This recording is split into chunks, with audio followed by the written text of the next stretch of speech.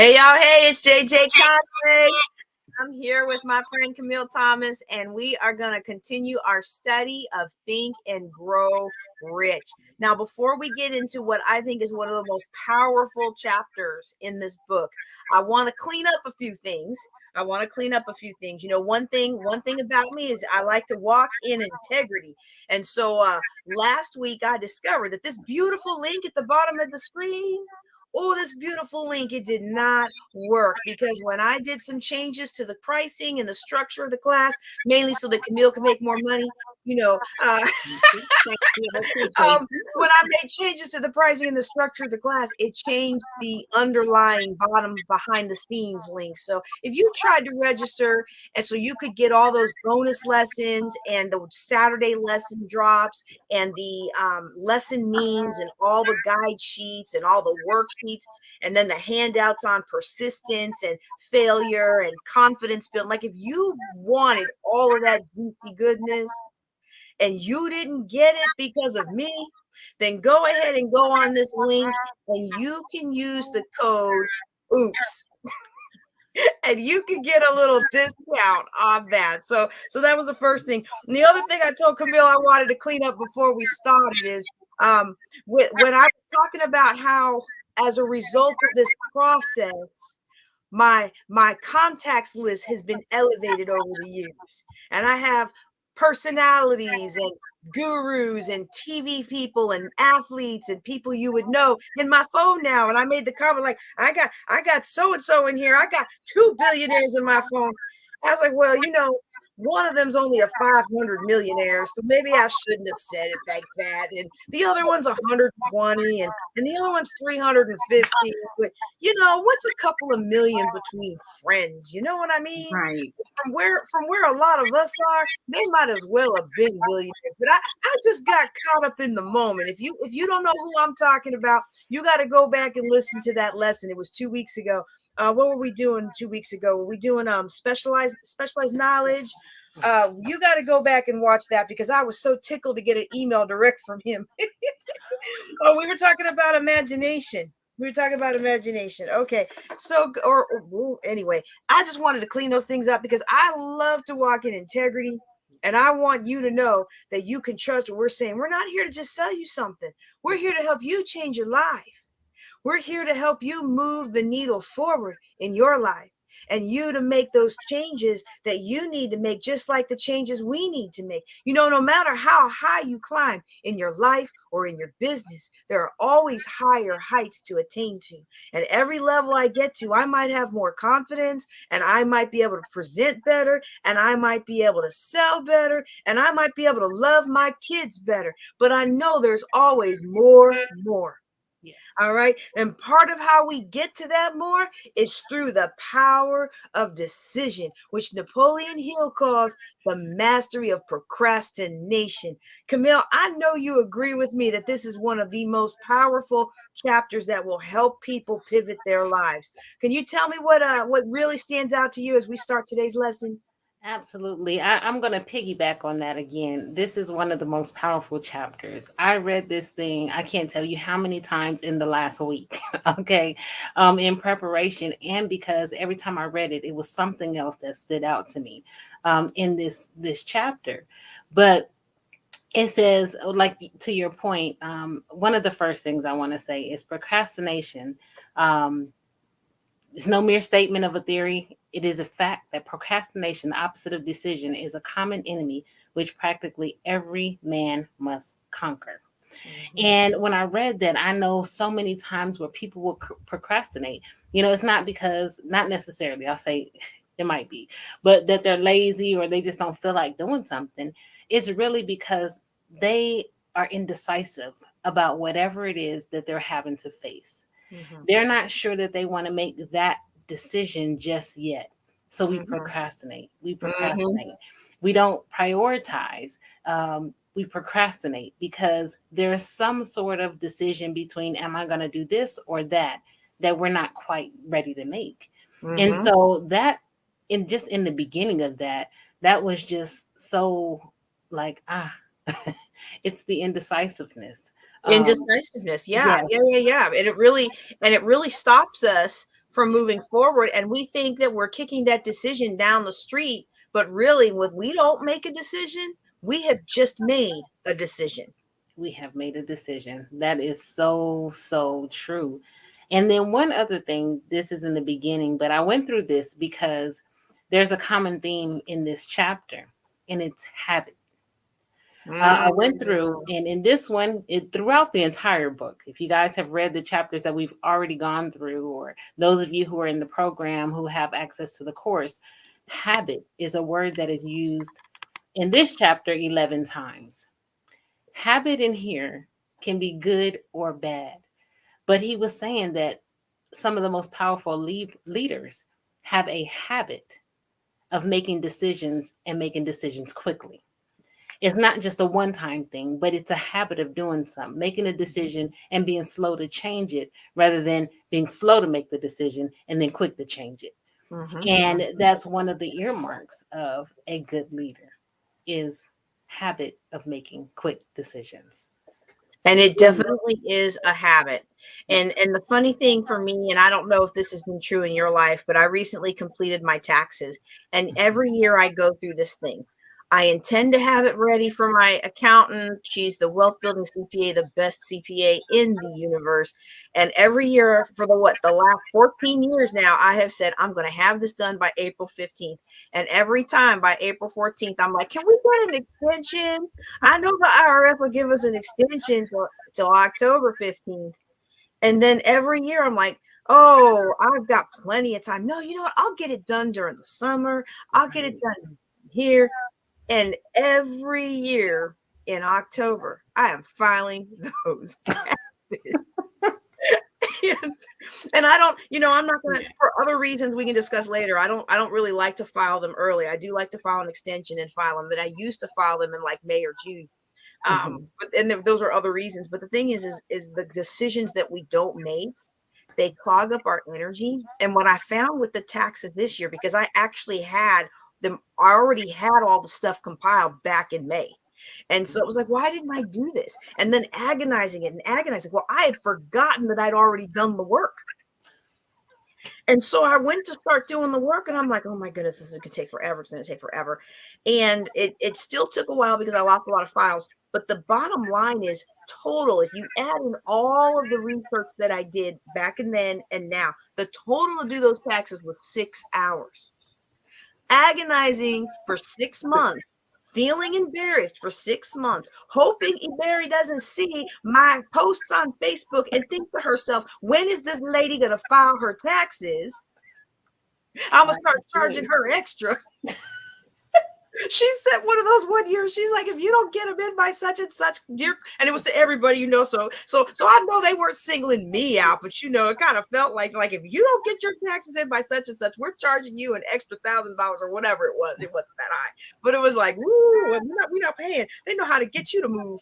They know how to get you to Exactly. make a decision. Yes. And that's true. We don't think about that aspect of it either. That our inability or indecisiveness inability to make a decision affects other people as well. So Mm-hmm. while we're agonizing over this 6 hours, she has other customers that she needs to take care of. She has other priorities. And because we're indecisive, because we haven't gotten our stuff done, we're holding up her progress. Yep. And she's probably agonizing just as much as we are over something that we should have done and give it over. Mm-hmm. And that's the thing too. We agonize and then we go back and be like, man, that didn't take me no time at all. I could have No been done time at that. I all. already knew what I was supposed to do. I just waited all this, and like you said, you use that energy. You have all of these things going on, this nervousness, this anxiousness, this worry, all these things for all this time when you could have made that decision and been moving on with your life. Yeah, I mean, and we think about it. Think about the phone call you need to make. And Yes. it turned and you agonize over it for months and months and years and sometimes years, like a broken relationship in your family. And then you finally make the phone call and it's resolved in 5 minutes. And you're like, I had years of my life or months of my life or hours of my life that I will never get back because I failed to make a decision. Yes. And not only, like you said, did that reverberate and impact other people's lives, but it has impacted my life. And not only did I not get that done, but it tied up my energy to get other things done. And I think that's why people who make those decisions very quickly are so successful. They have freed up their energy, their time, their resources, their creativity, so that they can move forward on other things. Yes. Yes. I know that there's times when I had to make a decision and everybody, I'm like, they know, they say, oh, when she says she's made a decision, she's made a decision. And as I was reading this, I found that, like he talks about, Henry Ford and stuff being very slow to change them. And I'm like, no, I made my decision. Mm-hmm. I'm done with it. Don't play around. Yeah. And it's like, oh, well, and I'm like, okay, eventually it's like, okay, let me hear the other side. But again, it's not always that I change my decision. It's I made the decision. I'm just going to hear you. But ultimately, this is what it is. And I'm not going to change my mind on that because this is something that I'm very sure of. I feel very passionate about. I'm very convicted about. And I've made that decision. And so, very a few times begrudgingly, I'd have to pull back, and change my decision. But typically, if I make a decision, I make it and I'm done with it. Well, and then sometimes you make a decision, and then new information comes, so you make another decision. And I feel that being able to walk in that and giving yourself the freedom to do that without feeling like a failure, Yes. I feel like that in and of itself does also free us and help us to make the decisions. It's interesting. They say opposites attract, and I find that me and my husband are very complementary. He's a very detailed and that analytical person. And I used to be more detailed and more analytical, but I have found a lot of freedom in just being more of a quicker decision maker, thinking about the big picture and letting somebody else handle Take care of the details. details. I'm more effective in that route. When I try to be analytical and I can't fall into that mode, I get paralyzed. I get that analysis paralysis, Yes. right? And I just want so badly to be right about things. And I had to learn how to as a leader in the Air Force, I had to learn how to let that go. That's how I grew up. That was probably why I became a scientist. Most scientists fall into that camp, right? Yes. But it wasn't going to work for me as a leader. So I had to adapt and I had to change. And then once you walk in that and you see how much more you get done, it's really impressive. And so I'm very thankful to have somebody on my team that can, and I'll be like, oh, we're going to do this and I'm going to do this. And he's going to be like, okay, well, who's going to do this? And who's going to set that up? And who's going to do this? And I mean, of course, I'm not going to be like, well, you, and you, and you. But, sometimes it's like, ooh, I didn't think about that. Okay, well, then let me redo the plan. But one of the things that I tell my boys is that dad will make a decision. It will be right. It will be hands down right. He will have taken all of the data into consideration, and the decision that he makes will be right. But the decision I make is going to be 10 times faster, and I can get 10, 20, 30 more things done in the time. And for me, I'm okay with an 80% rule because I got all this done and you got that done. But that was right. But this was done. And it was done good enough. You know what I mean? Yes. Don't have to be perfect, just good enough.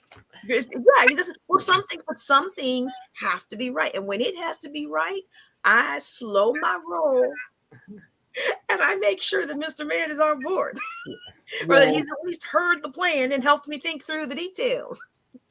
Absolutely, absolutely. And I like what you said about that. Sometimes, you are quick to make a decision, but when you have new evidence or new facts and data, then you can make another decision.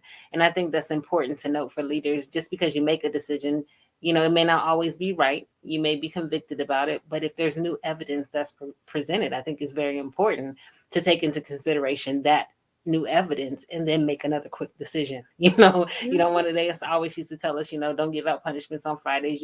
Don't want to prolong the agony, and you want to do it as swiftly and as close to the incident as possible. Make the decision so that people can get on with their lives and they can get back to what's important, which is the mission or their life or whatever is going on. So there is a time where it's very important. I'm a C. If you guys know this, well, I'm an IC really. If you know me, I'm very Ooh, you got a lot of conflict going on there. a lot of conflict. It's called an assessor, and very much my style. Period. Personality type. But I have that analytical side as well, where I'm looking for that I'm looking for the facts. But I'm very personal as well. That interpersonal relationship is very important to me as well. But so I do listen to people, and then I make another decision. But yeah, so I think that's very, very important. Well, so I find it interesting because when it comes to sales and communication, I appear as a high D, high C. Mhm. And when it comes to relationships and leadership, I appear as a high D, high I. Oh wow. No S anywhere in the profile. Right. It's like DICS. So, but that, and when I got that information, that was a decision that I had to make. Okay, well, if 70% of the population is an S, and I want to connect with 70% of the population, well, guess who I need to learn how to operate with? Yes. Guess who I have to learn how to encourage and to motivate and uplift and all those things. Yes. So I love that. I love that what you said here, and I even have it here uh, highlighted.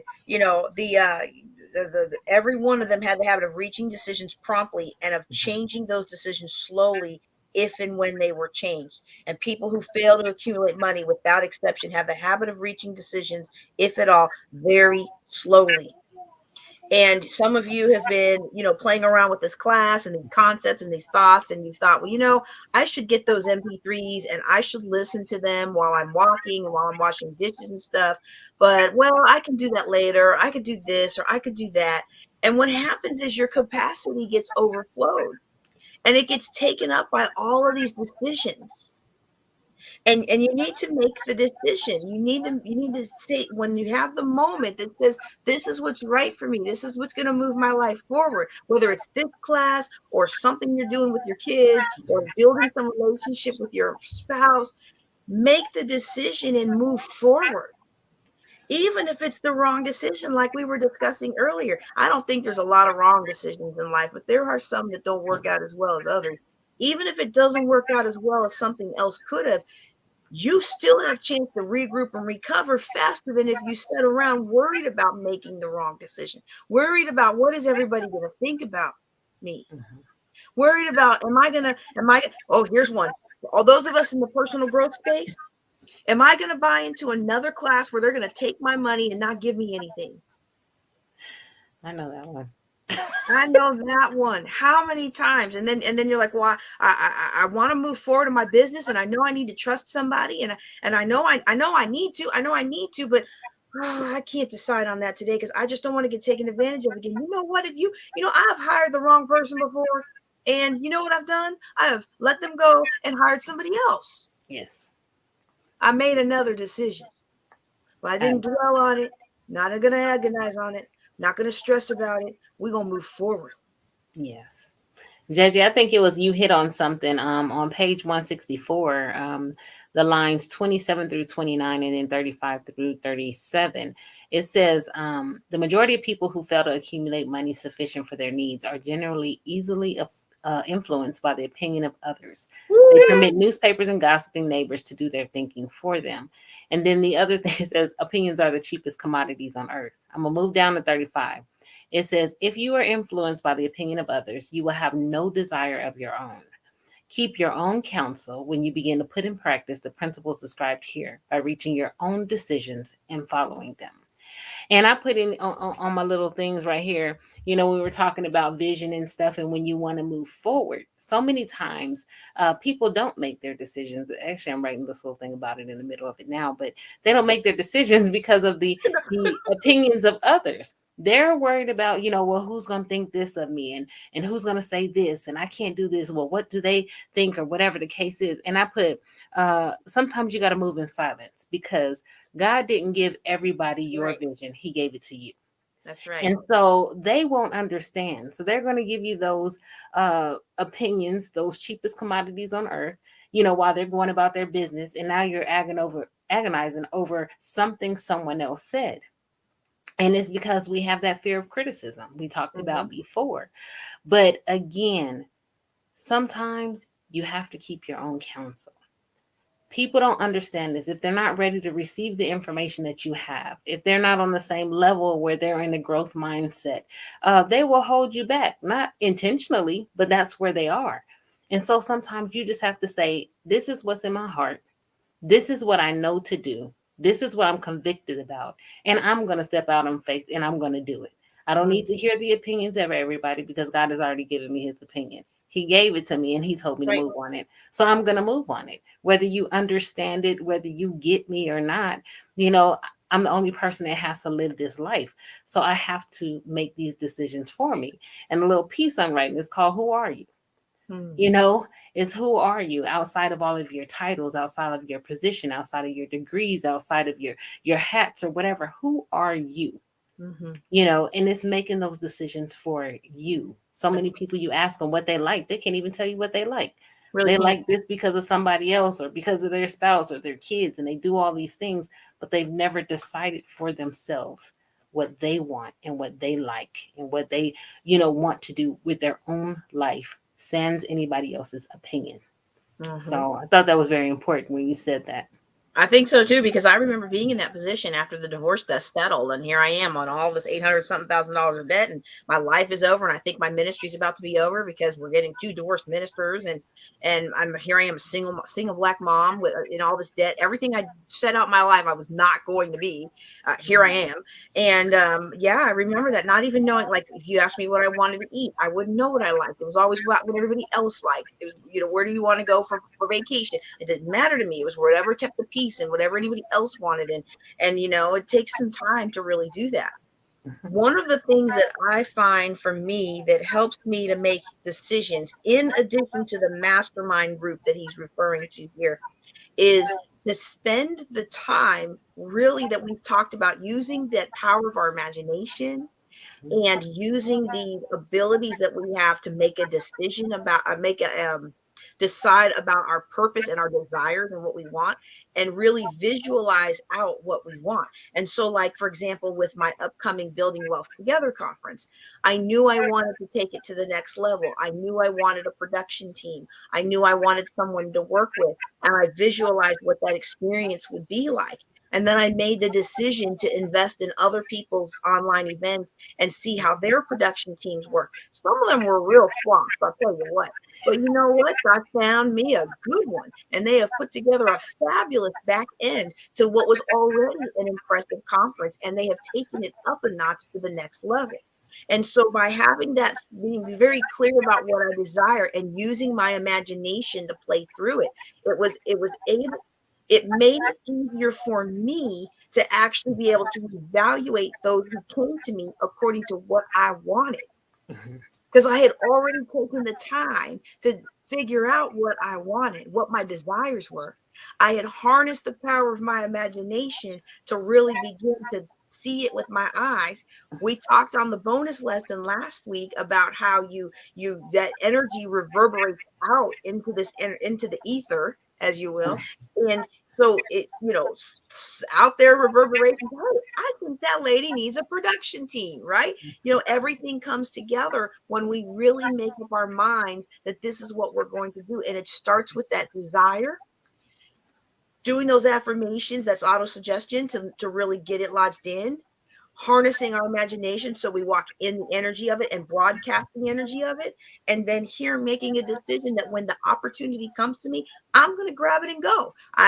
You know, I didn't feel 100% comfortable about the costs and all the other things associated, and nobody likes to give up control.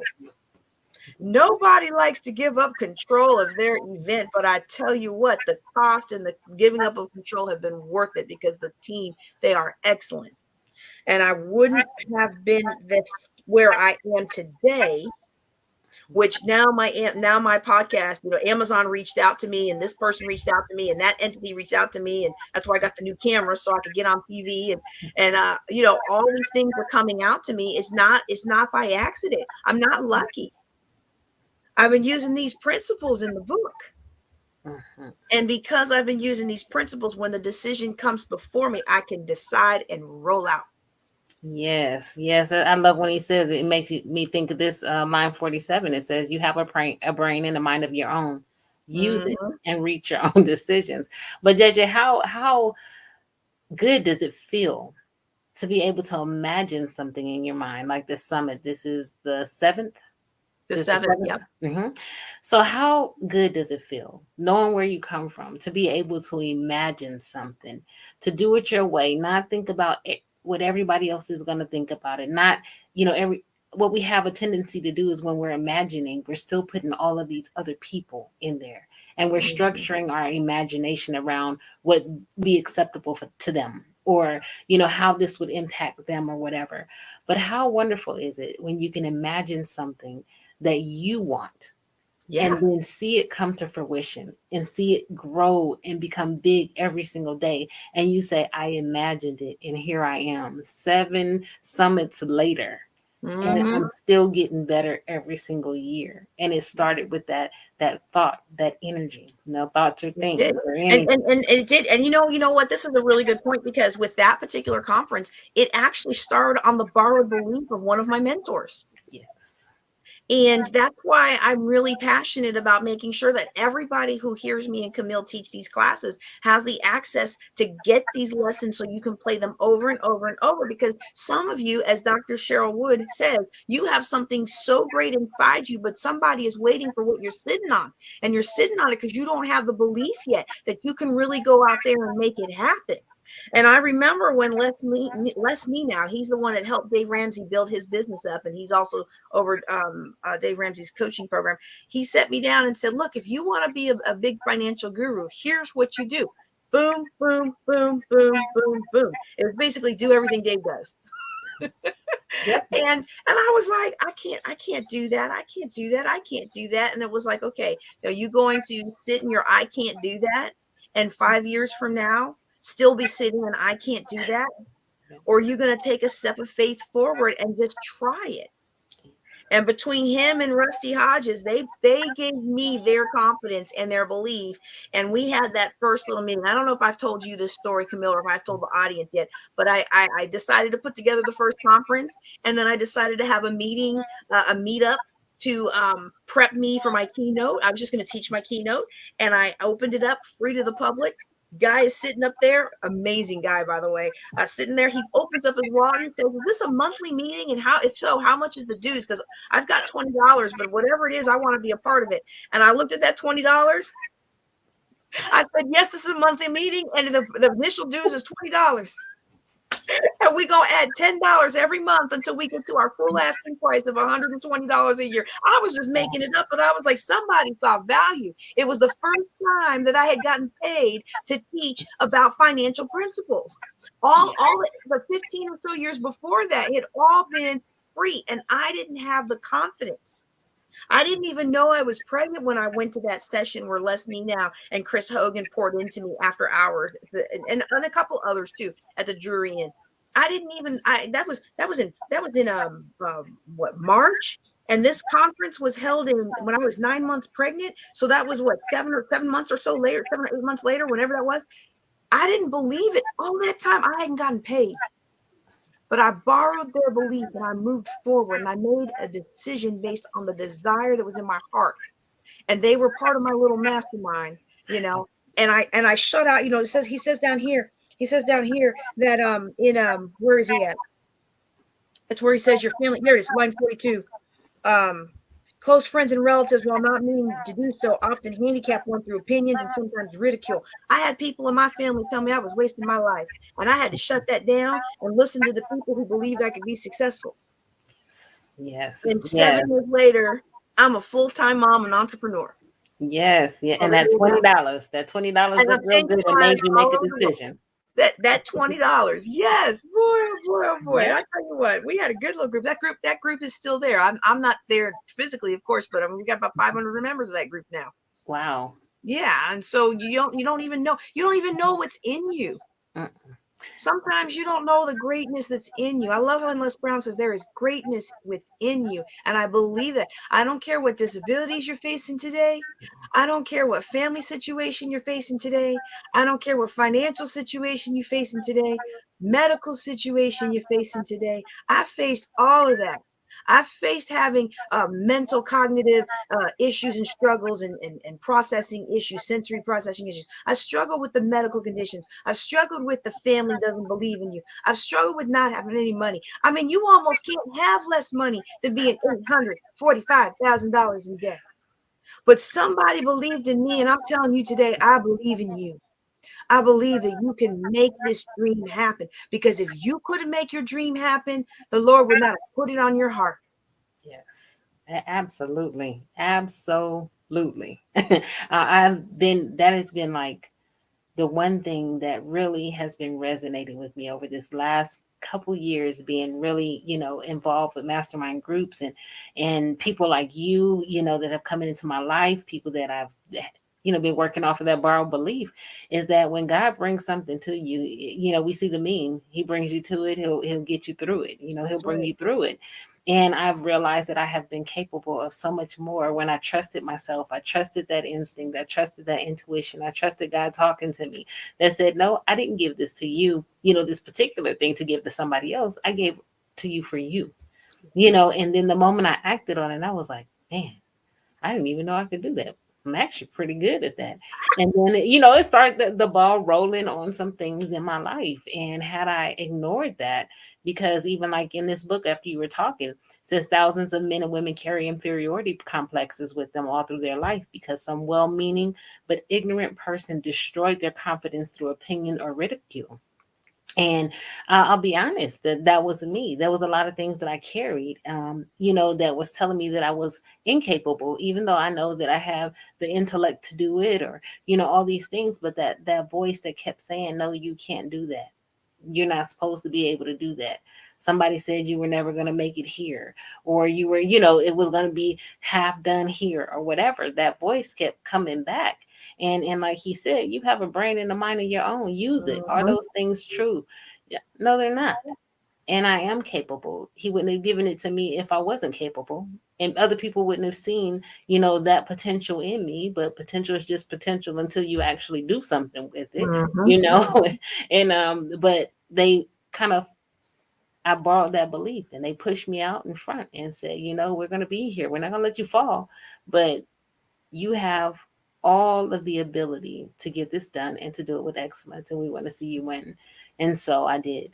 And that those things were game changers, taking the opportunity that was in front of me, not running away from that opportunity, making a decision to say, okay, even though I don't know what I'm doing, like, Richard Branson, I love that, say yes and then figure out what you need to know to get there. You know, I've been using that for years, because everybody's like, how do you? I'm like, I just say yes, and then I figure out what I need to know to make it happen.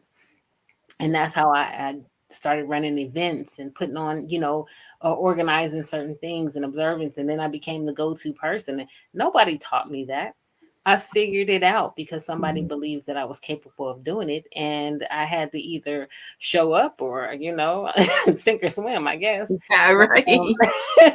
I chose to swim and figure out what I needed to do to make it happen. And so, absolutely, that borrowed belief, you can't underestimate the power of borrowed belief. Absolutely. And now with that said, though, he does give us a warning on the next page that we Yeah. probably ought to make sure that we mention.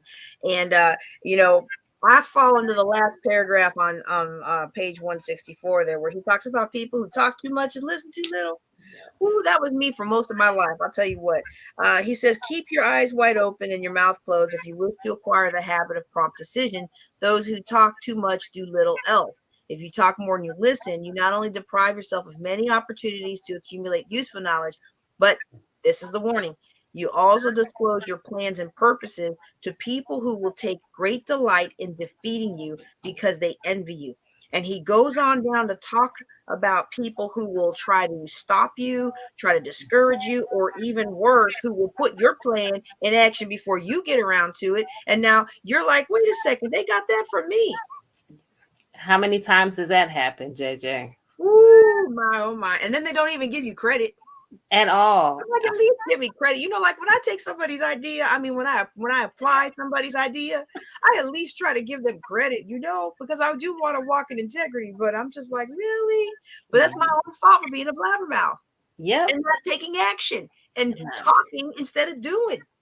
Yes. I have been guilty of that. And I've also been guilty of doing, and people still take it and don't give you credit anyway. And you watching them get an award for something that you did. And you like, how does this happen? But Mm-hmm. that's okay, because when that happens, I always say there's more. There's no limit on your imagination except for the one that you put on it. So Mm-hmm. because it was something that came from me, from within, I can go out and duplicate, or I can make it better the next time, or I can do it again, Or and I've learned that I had to do that several times.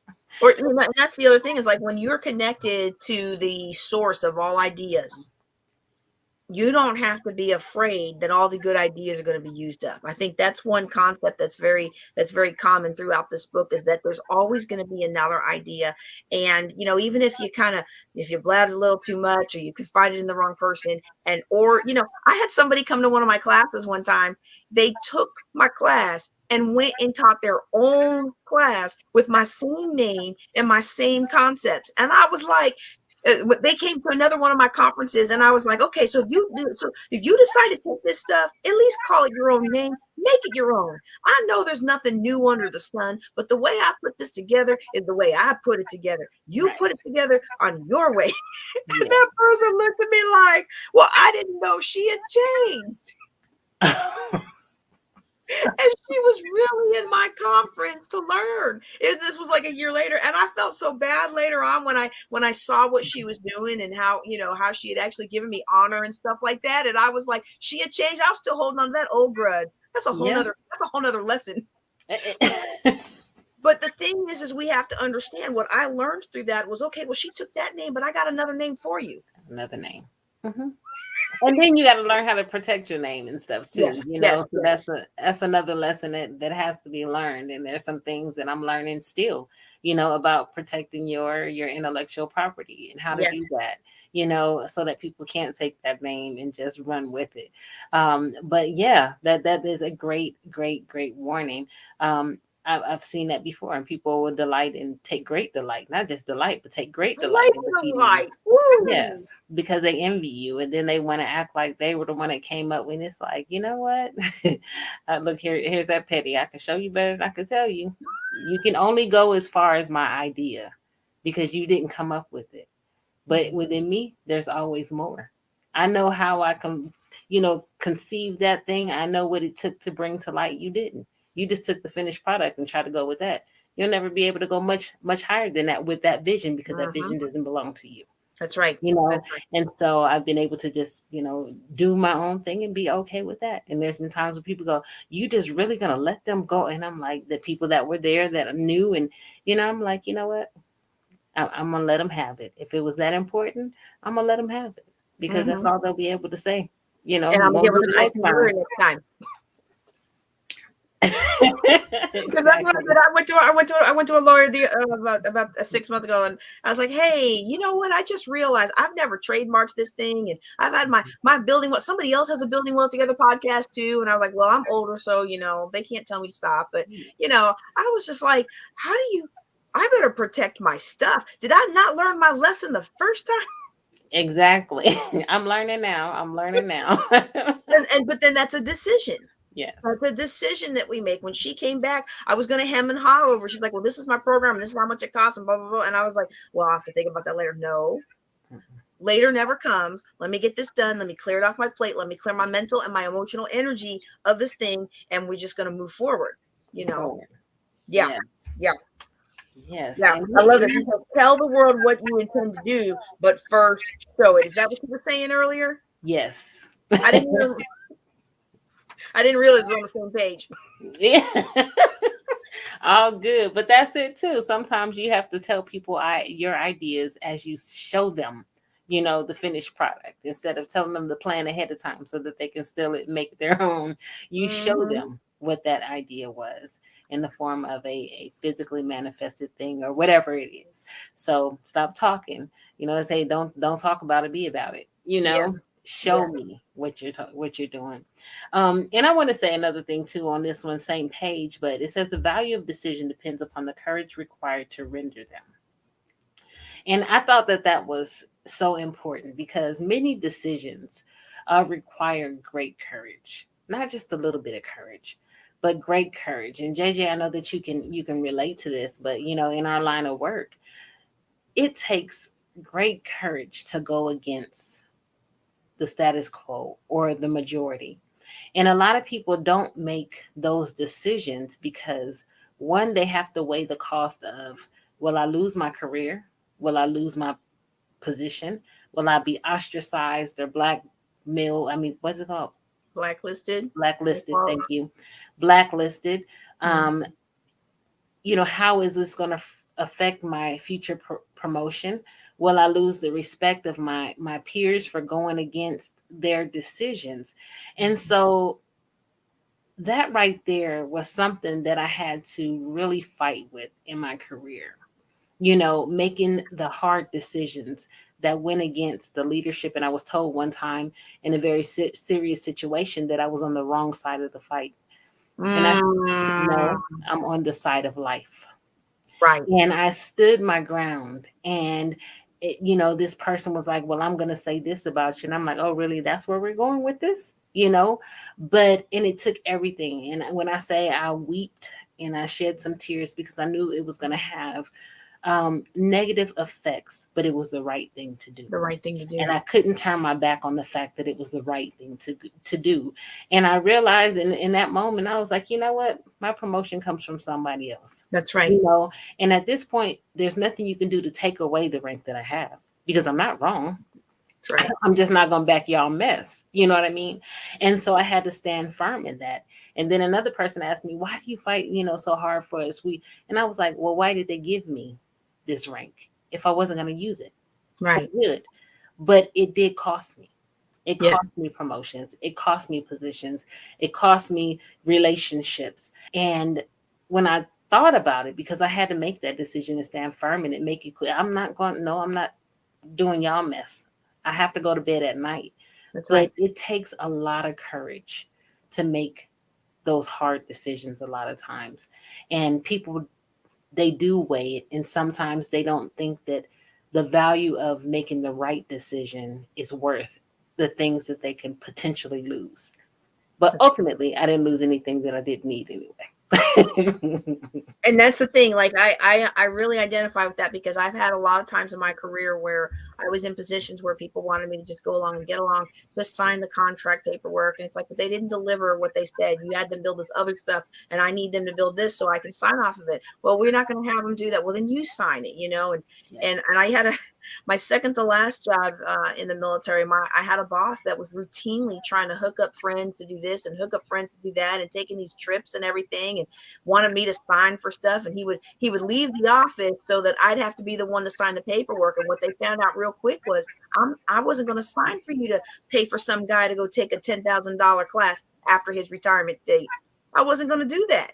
I wasn't going to sign off on this other person bringing a bunch of her people to this $7,000 a person class. I wasn't going to sign off on those things because that was a lack of integrity. And I could see so many people who wanted to get out of that toxic situation, but they were so afraid for their future, and they didn't know that there was a possible way to get out. And they felt like the best possible decision they could make was to cower in fear and to do whatever those supervisors wanted them to do. And as a leader in the Air Force, it was one of the things that really broke my heart. I had never been in any other assignment where I didn't feel like I could affect change. Mhm. Even when I was in a joint environment when we had a boss that would throw things at people and scream and rant at people, and it was just they were army and people just accepted it because they were army. I was like, even in the army, you don't treat your people like that. Yeah. These are scientists and engineers. These aren't folks who are used to being screamed at all day. This is supposed to be a civilized work environment. Even in that environment, I was able to affect some change for people. Not as much as I would have liked, but I have never been in a place where I felt so helpless to do any good. And it wasn't that the systems didn't exist to do any good. It's that the mindset of the people, they weren't going to move forward. They weren't going to stand up for themselves. They weren't going to stand up what was right because they were too much afraid. And I was like, look, if we all banded together, they need us to do the work. If everybody bands together and refuses to stand up for us, to stand for all of this, we can make a change. But everybody was in their little silo, and they were worried about the opinions of others, and they were worried about these risks like you were talking about, and for them to lose their job or to not have a good government job, to them that was death. And I'm like, but it's killing you to be here. And I like when you said that too. I was thinking a lot of people will say, it's the enterprise. And I'm like, what is the enterprise without the people? It's not the enterprise. It's the misinterpretations and the manipulation of a lot of the rules and the things like that that is causing the harm. Not the enterprise in and of itself, but it's the human factor that we don't want to put into the equation. But when you said, even in here, it says, "I'll tell you further." Line 61 and 6 through 62. This is uh, Adams, Samuel Adams, Robert Lee, and Hancock, John Hancock. If you guys don't know who I'm talking about, I'm sorry. It says, "I'll tell you further that if two of you agree upon the earth concerning anything for which you ask, it will come to you from my Father who is in heaven." And this is when he was talking about, this whole mastermind when they were deciding to, the founding fathers of the U.S. and deciding to do something different. We're not going to take the rule from the British anymore. What they're doing is not good. We need some change. You guys are not going to continue to exhaust us, and then step on us while we're already down, continue to use and abuse us over here in America. We're going to do something different. So they made this decision to have this mastermind of people. And it wasn't just two people, it ended up being 56 of those people. But when I read that, I thought about that too. And I'm like, Matthew 18 and 20, not to make it biblical, but a lot of these things are, very spiritual in nature. And it was just, where two or more are gathered in my name, there I am in the midst of them, and they had to make that decision. Um, Make a courageous decision in the Courageous. face of death, in the face of being potentially hanged, or cut off from British rule, or all those things. They had to make a decision, and one of the hardest, but it was one of the most powerful decisions. It was the most powerful decision in terms of this country that was ever made, that broke from that rule. They said, we're going to do it our way. But they knew that there was going to be some fallout. When the governor sent that message, he had to tell them, look, I'm not going to back down from what I said I was going to do, because we deserve more. We deserve more. And so by, Sam Adams and Robert Lee and John Hancock and Thomas Jefferson, Lee had to go. But by them coming together and saying, this is what we're going to do for our people, it made a world of a difference. And we wouldn't be where we are today had those men initially, before the George Washington. George Washington was a general in the army, but he wasn't the one that made the decision to do what they did to break away from British rule. But had they not made that courageous decision, where would we be today? Where would we be? Where would we be? So sometimes it's so important that we don't miss the opportunity to make the right decision. And sometimes we have to be very quick, very steadfast in that decision, hold to our conviction, even if it costs us, because their cost might have been death, but look at the cost that it could have been for the entire nation over the, countries. So martyrs, yeah, but they didn't have to die, thankfully, not like that anyway. But sometimes you just have to say, it's the right decision. You should always say it's the right decision. But I'm Right. not saying don't weigh your costs, but I don't know if I'm saying that right. No, Not nobody going out there to I'm do with it. you, because I think about how many things do we hesitate on because we're so Yes. worried about making the wrong decision. And the reality is, if the Lord allow us to keep breathing, 5 years from now, we're going to be 5 years older, whether we make a decision for our future or whether we cower in fear and keep being dominated by bondage and toxic work environments and toxic relationships and all of these things that are holding us back. I would like everybody who's listening to me and Kamille today to make a decision for your future. Make a decision for your dream. Make a decision that you are going to take one step forward tonight to move yourself forward in the direction of your dream. It just takes one step, and one after that, and one after that. And the wonderful thing about those steps is when you take that first step, you may not know how all the other steps are going to line up. Like Kamille was saying, you don't have to know how.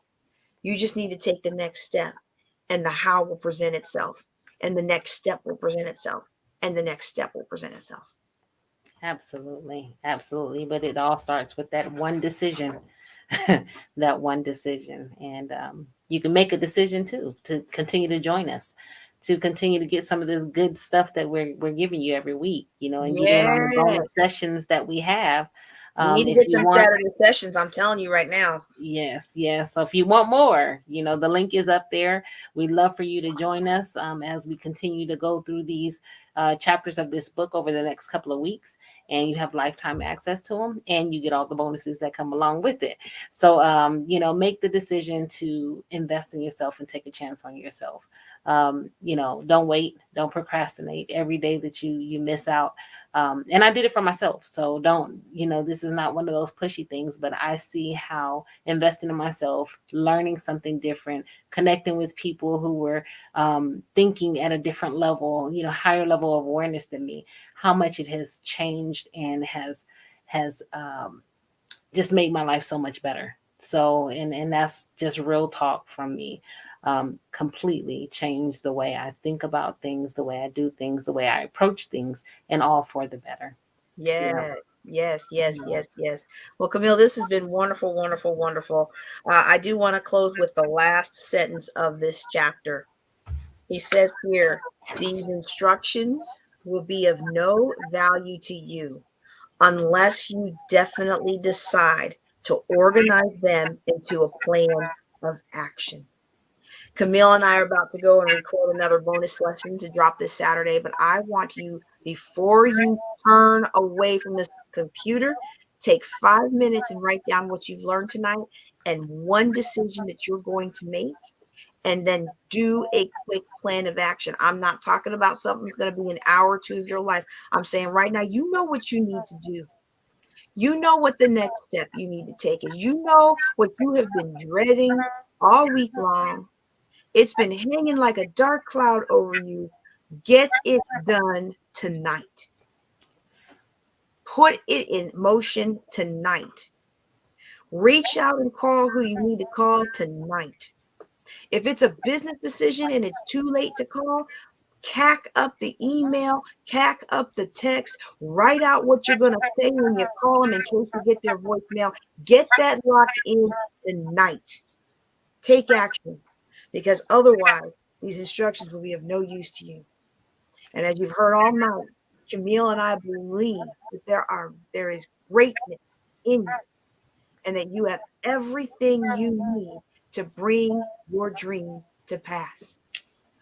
With that, we're going to close out for tonight. I hope you've enjoyed this. I hope you'll be back with us next week. On behalf of myself and Kamille, thanks for being a part of this lesson. Y'all take care and be blessed.